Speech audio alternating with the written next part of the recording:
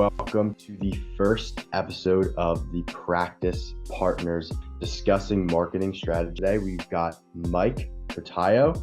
From the ads, I've gotten about 70 to 80 leads. Who have been running practices for 10, 20 years. So I supervised a lot of people. Now I have about 13 or 14 clinicians.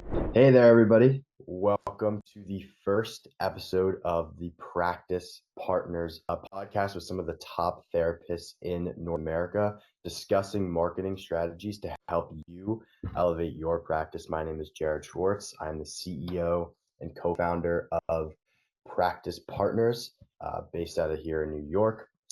On the first episode of our podcast today, we've got Mike Cotayo. He is a full-time therapist, part-time comedian from the New Jersey area. Mike, how are you doing? Hey, good. I'm the first one. That's incredible. You're the popping first, your yes. cherry with me. That's a little inappropriate. Sorry. Mike's quite the funny guy, everybody. Hey, I don't know if you'll be seeing this, but I'm waving right now. So, is this going to be an audio podcast or a video podcast? Video. Okay, cool. So, hi. Everyone should see it on YouTube. Yeah, Mike. I mean, let's just get straight into it. I kind of wanted. So, for some context, we started working together. I think at first, it's almost October. We met first in maybe mid to late July. Mike started his program, I think mid to late August. So his ads have been running for a little over a month. Yeah. So Mike, in that time span, how many clients have you gotten? Well, let me tell you about how many leads I've gotten. Okay. So from the ads, I've gotten about 70 to 80 leads. Wow. I lost count. Wow. I've converted about 10 to 15 people. I have a few people in the waiting. I'm waiting to, or like one guy, I used to see him as a therapist and he didn't remember me at all. Yeah, so, we've also been, Mike's ads have been doing so well that myself and my head advisor, Dan, who Mike works with pretty closely, have actually been getting his ads on our Facebook and Instagram feeds. Like we've been seeing the our parts ads on our Dan was like my Facebook ad is recommending I see you. What's going on? It's hilarious, bro. So I mean 10 to 15 people, that's awesome. And you think you could have gotten more, right? Like if it's too many. So yeah, guys, Mike actually, he wanted us to, I'm not sure about like how many of you know the ins and outs of the program, but you know, there's ad spend required, and he actually had us lower the ad spend because it was too many people. But that's always a good thing. And Mike, that's something that you need, right? So let's talk a little bit about like your practice. Tell us about the organization, the structure, and like how many therapists you have working under you. So in January, I started a group practice, and it was October right now. Yeah, so it's about 10 months in. So in December, from August to December, I was working on an Indian reservation in New Mexico to make money for a wedding party my wife and I had. Because we got married during COVID, we couldn't invite our family, so we wanted to have a big party. So we needed money for the party. So I took a job on an Indian reservation, and it was super cool. I loved it.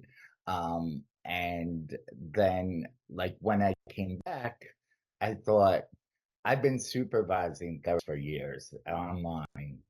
And I thought, how cool would it be if I could create my own group practice with therapists who are minorities or have been through their own struggles and can give that back to people in their own community.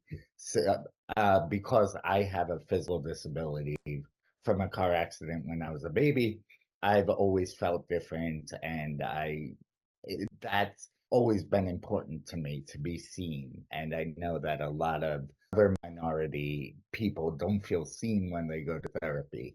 So that was a major part of me wanting to create that practice.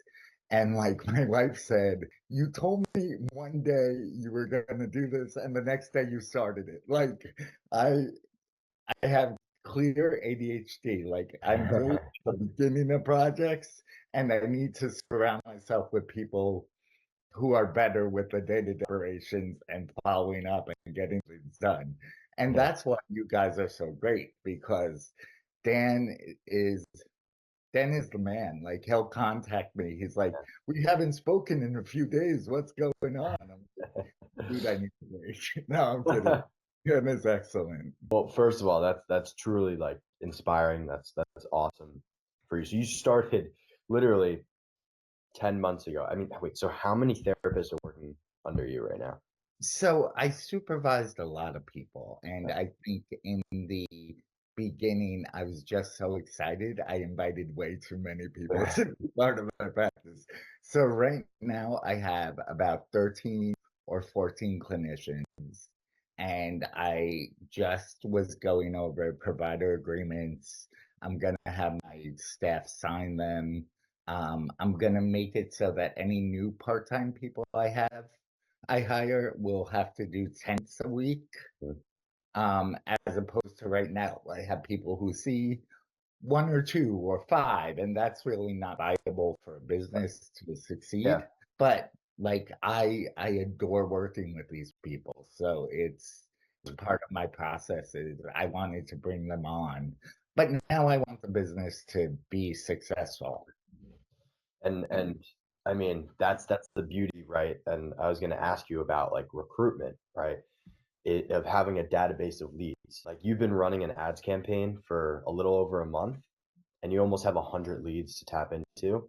Like Yeah. you converted 15. So do the math. That's still 85 people that your therapist can call and book. I mean, I was going to say like, how do you foresee like, you want to build a large practice.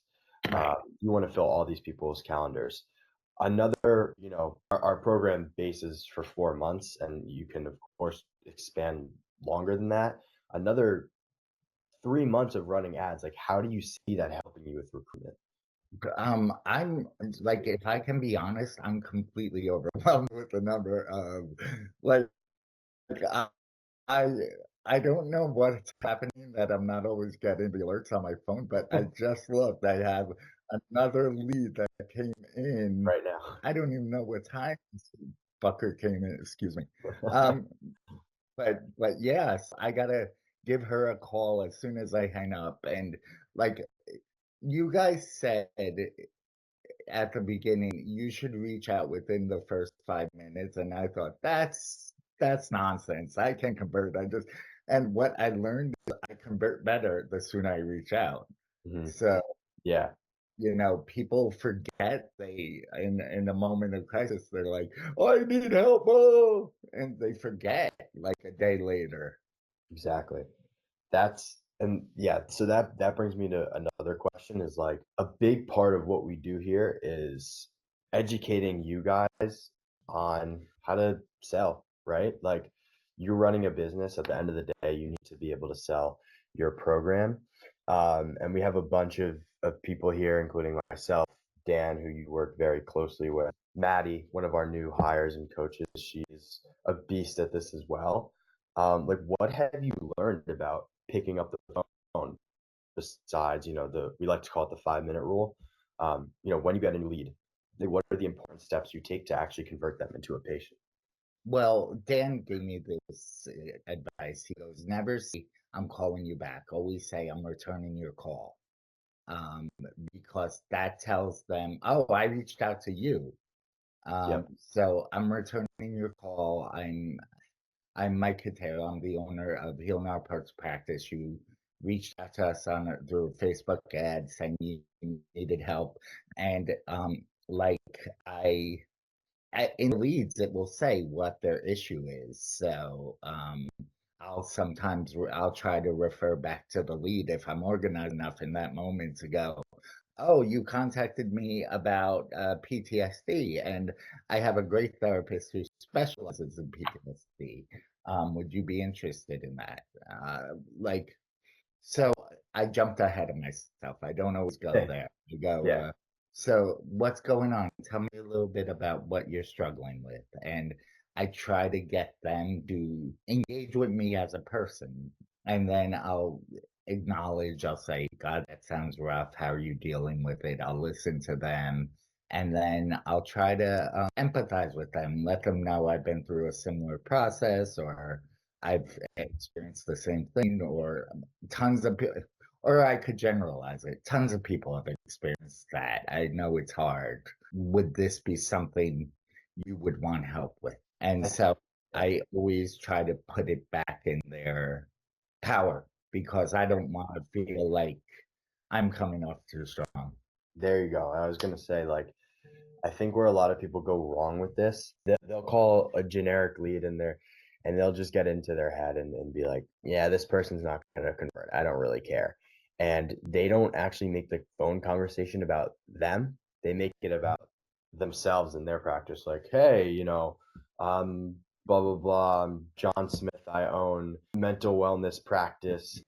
And yeah, like if you want to work with us, our rate is $250 an hour, blah, blah, blah. And then like if you're interested, like click this link. No, it's about actually like the rule of thumb in business is if you're going to take on a new client, you have to see if you can actually help them first. So asking And questions, like you said, is important. Yeah. I add something. Yeah. Go ahead. So I get a lot of leads who are not good fits for my company because they're on Medicaid and we don't take Medicaid right now. And like I'll say, unfortunately we don't take that insurance yet. I'm trying to get there. But what I can do is tell you the steps to find a therapist who does take your insurance. Yeah. And so then I'll walk them through how to do that. And it only takes me 2 extra minutes to say, go to Psychology Today, put in your state, put in Medicaid, and a bunch of people should pop up who take that insurance. Because I want to be as helpful as I can to them. Because in the future, they might be like, oh, Yeah. that guy was nice. He really helped me.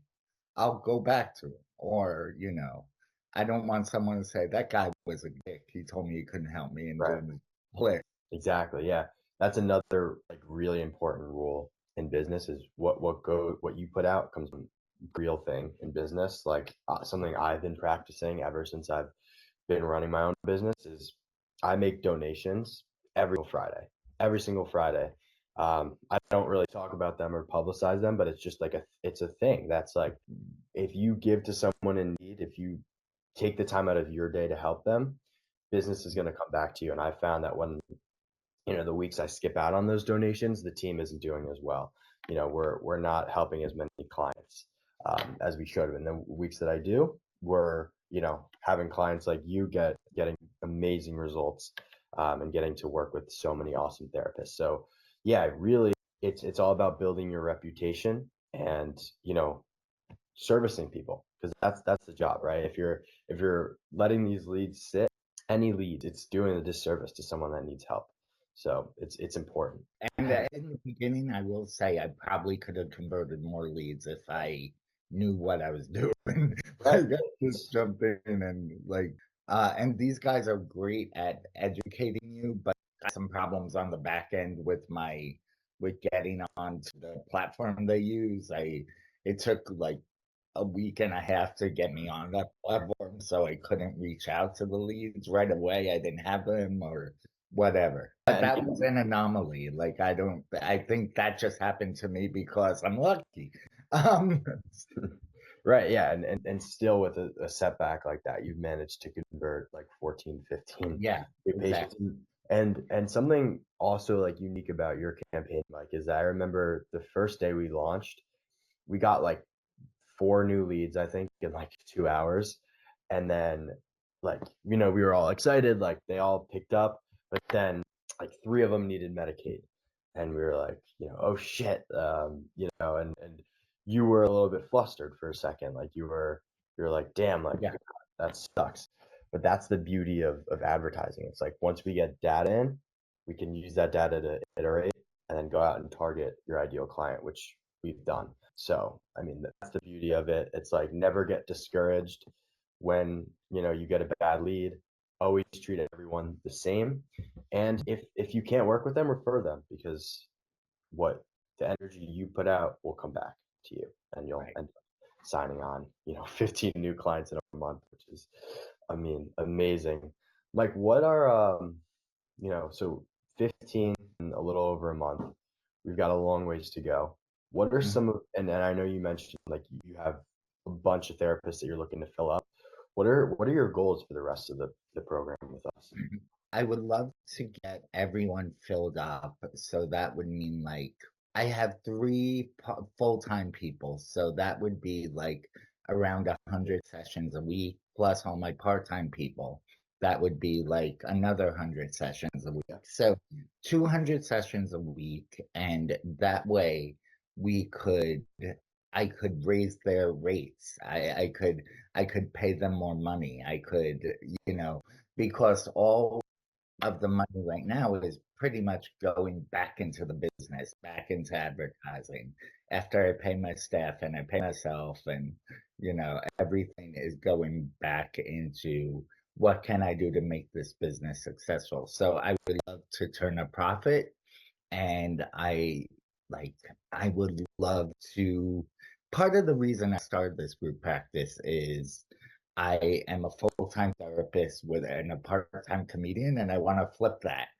Mm, But comedy doesn't pay as well as therapy right. does. And I have a family, so I want to make sure my family's taken care of. Of course. And so the practice would allow me to support my family, support newer therapists, and continue to have money to Yeah. do the things I love. And that's so important. And man, I think in another 3 or 4 months, you can easily get there. 200 sessions a week with the rate you're going now.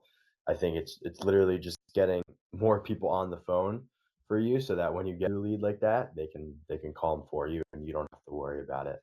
Yeah. I think that's a something we can look at in the near future. Yeah, man. I think, and then you'll, give it another few months, you'll have scaled a group practice from 0 to like 200 sessions a week, Right. a year and a half, a year and 2 Yeah, months. that's crazy. Incredible. Incredible. And that's because, like, you've got guts, man. Like what you just said, like everything goes back into the business, back into advertising. You're not afraid to fail. Like you told me when we a few weeks ago, I think. You worked with other companies that kind of, burned you. Yeah, I'm not gonna say their name because I Yeah, don't of want course not. to, but like they were beautiful people. They were Yeah. great people, great energy, but at the end of the day, I didn't get what I Yeah. needed. And And my point is not like bashing those companies or anything, because I'm not in that business, but it's that, like, I you love understand talking shit about people too. that. But no, but you understand that in this game, failure is essential, and you can't base your failures, like fear from those failures, on your next move. You can use that to iterate. So if someone you're working with is using Google Ads and that didn't work for you because of the size of your practice, let's use Meta Ads. But I want to And commend you for that, because you really, you're fearless, man. You take big swings and they pay off, and that's how you run a business. part of it is you always learn more from your failures than you do your successes. 100%, man. Cool. So can I shift a little bit? Yeah, go ahead. So I wanted to so during the pandemic we had lots of time and very little to do, and I created this program that, so I'm a comedian, I like to laugh. I bring that into my practice, and Dan just texted me. And I bring that into my practice, and in the pandemic I was like, uh I want to teach other therapists how to use humor in their practice. So I created this program called Funny Shrink University, where we look at how is using laughter healing for people? How is being able to laugh with a client helpful? How is and I did so much friggin' research for this project. Like I learned that rats know how to laugh, and they put them in a little box with a maize and cheese, and they would tickle the rats, and the rats would like love it and go back to be tickled. It's hilarious. Really, So like laughter is a universal concept that is across species, and if we could use that to help our clients learn to heal, it garners better engagement. It helps them feel less judged, and it's really a great tool to get people to the next level. And I'm gonna be using you guys hopefully to help me market that for other therapists to get them to like use humor. we're looking forward to helping you with that, man. Yeah, I was gonna ask you. So it's called Funny Shrink University, and you told me Mhm. about this concept a few weeks ago. I think it's genius. I like personally, like I love talking to you because you don't take anything too heavy. Like everything's light. I love that. Like I hate when people don't have a sense of humor and don't know how to take a joke, and I think it's so important for society. Like I seriously. I've been through some things. Like I have mental health issues myself. When I was 18 months old, I was in a car accident. I lost the use of my left side. I I got HIV. Like, if I didn't learn how to laugh, I'd be dead by now. Yeah, yeah. So, that's part of my resiliency campaign, I You have guess. such a cool story. I don't even think you realize how cool it is and how much that can be used. I think I'm so excited. Like I think we'll give another like 3 months of like really pushing it for your practice, and then we can kind of coast. And then Hmm. I think this is going to be your money maker, and your I think this is going to be the thing that And like I sent Dan's like, tell me about her. And I go, I'll send you my outline, my program outline. And like said, what I texted him like a day later. I'm like, what do you think? He's like, dude, I didn't realize how smart you were. Like, I'm like, thanks. yeah. And that's the thing. I play dumb really well. Like I I don't want people to feel like I ever talk down to them or like Exactly. talking in big words or I you agree with that one. It's always super off-putting when yeah, yeah. intimidated by someone who uses their smartness for weakness. But man, so we talked about your goals for the rest of the program. Hmm. We talked about funny shrink and how we want to kind of grow that. I'm curious, Mike, to all the other therapists that are probably watching this, before they hop on a call with us, or maybe after if they didn't decide to take the next step to growing their practice, why should they sign up with Practice Partners, Mike? Well, it's when I signed up, Dan was like, Dan's an amazing sales guy, by the way, because it didn't feel like he was selling to me. We just had a conversation. And then you guys are really good at like figuring out how to find the strengths of the practice and market that through targeted ads. And that is something I'm not good at. So I want the best to take on what I'm lacking. And you guys really, it feels like you're the best. I mean, I've worked with one other company and they were great, but they couldn't give me what I needed.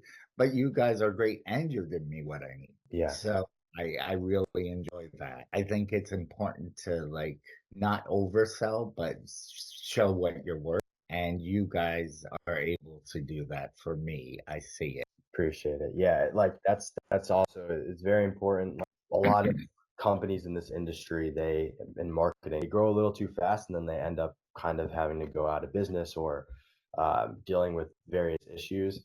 Big believer for us is like very, very slow and steady growth. We want to make sure we have the right product before we really take off and work with so many people. At first it was like we had clients who some were doing great and some really weren't, and we really had to use that data to iterate and make sure that, look, not every client is going to do well just based on their drive and their actual want to succeed with the program and learn the scripts and call the leads.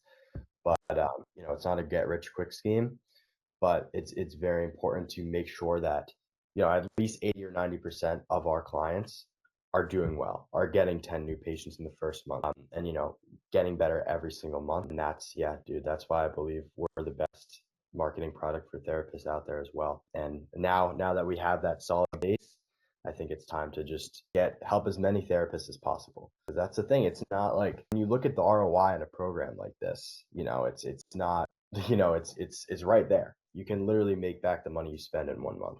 So Right. I really And feel I thought, like, when Dan told me the cost, I'm like, that's expensive. And it's not that expensive, but up front it is. Like, I think what you charge is like 3,800 if you pay in full. Mhm.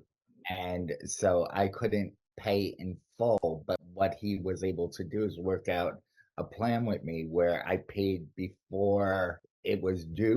And so I didn't have to pay the $1,000 extra for a payment plan, but I eventually had a payment plan. Yeah.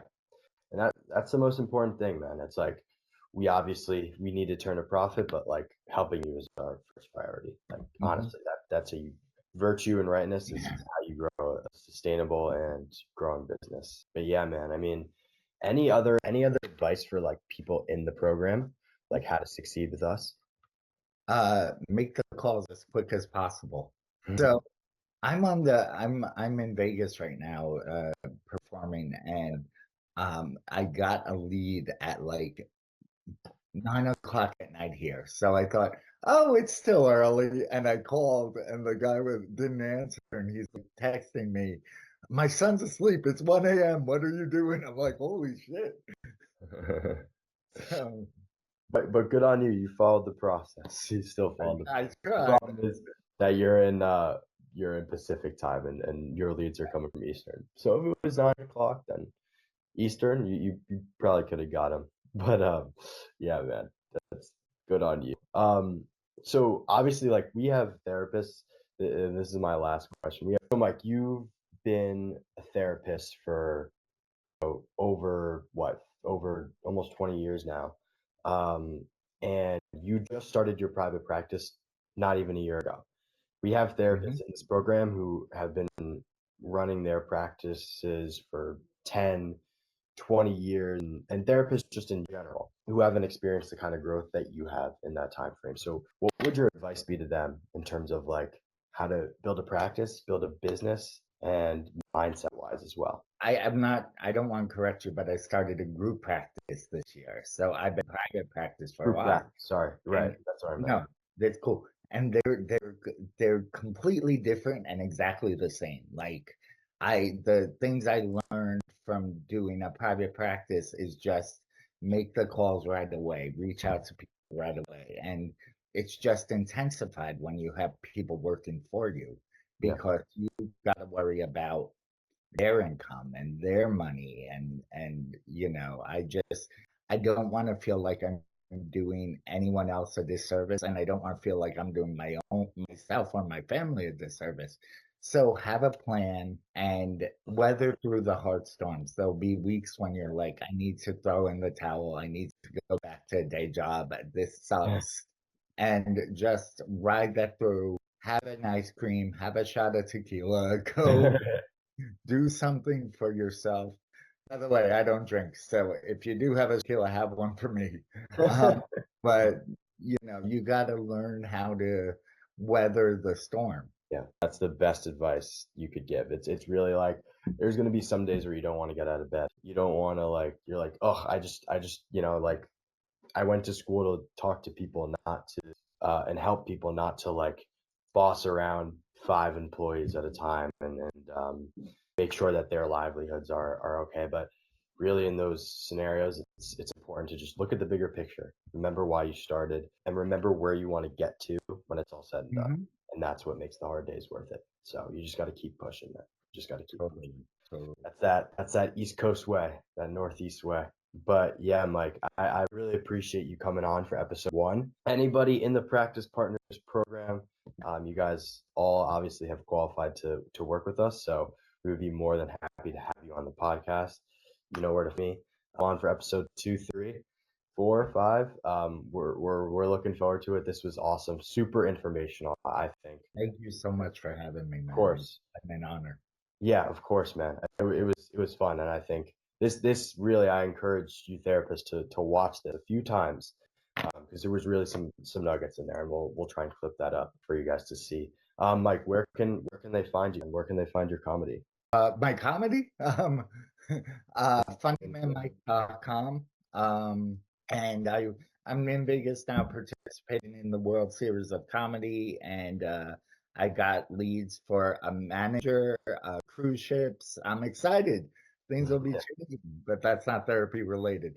So, funnymanmike.com is my comedy website. Healingourpartsllc.com is my therapy website, and reach out to me on Facebook or Instagram if you have any questions about the practice or comedy or how I merge the two. Yeah. I'll be happy to answer anything. Reach out to him, but don't bother him. You guys can also check out his Facebook page. I would recommend, because he makes great posts on there. Just a great example of how to organically put together a page that makes your leads more attractive to working with you. Great job that Mike did. But I'll end there. That was a lot of fun, guys. We'll see you in episode 2. Take it easy.